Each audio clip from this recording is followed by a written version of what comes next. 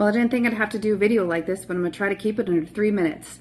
First off, let me just tell you, do not comply. I have seen the Alex Jones video circulating, and let me tell you, I used to be a contributor for Alex Jones. I've been on his show many times, and he vets his information. And of course, days later, what he said came true. We're starting to see the trickling back of colleges, counties, and different businesses, especially in New York, pushing masks.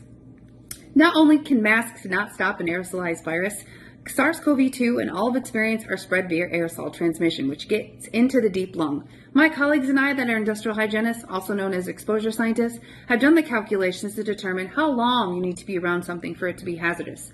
Let me tell you that wearing a mask is not only not going to protect you, but it's going to create a greater harm. Not only does it impede those gaseous exchanges, which I've been calling out and showing those studies all on alternative media for the past 3 years while shutting down these mandates with my colleagues, but I'm going to explain to you, masks do not seal. Masks provide a less than 1% risk reduction and do cause a greater issue of increased viral load and increasing the spread. Look into what the Fogan effect is, because I don't have enough time for that here.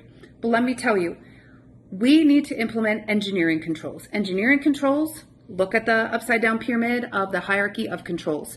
We have to provide a 90% risk reduction in my profession. If masks provide a less than 1%, then why in the world are people obsessing over this control method? Because that's just it. It's a control method. Do not wear a mask. You are safer without a mask. Masks are for large droplets of bacteria, spit and sputum, and nuisance dust. Even with that, they provide very minimal protection and provide a false sense of security. Your fraudulent KN95s and your N95 respirators are not much better. They are very difficult to fit test, and they are known as the bottom of the barrel respirators in my profession. Speaking of masks and respirators, the only experts on this issue are industrial hygienists and OEHS pros, occupational environmental health and safety professionals. We have watched these white coats, which by the way, I have a white coat because I work in labs, but the point is, we've been listening to the wrong experts who cannot stay in their sandbox, and once again, they're coming in for their 15 minutes on the evening TV to tell you to mask up. Well, you know what? Tell them to go hump a cactus. Why? Because they are speaking out of credentials that don't exist behind their names. And let me tell you, you need to not comply. You need to follow me, Stephen Petty. I'm going to tag these people, retweet our information. We are ready to stand up again, but I can't believe I have to.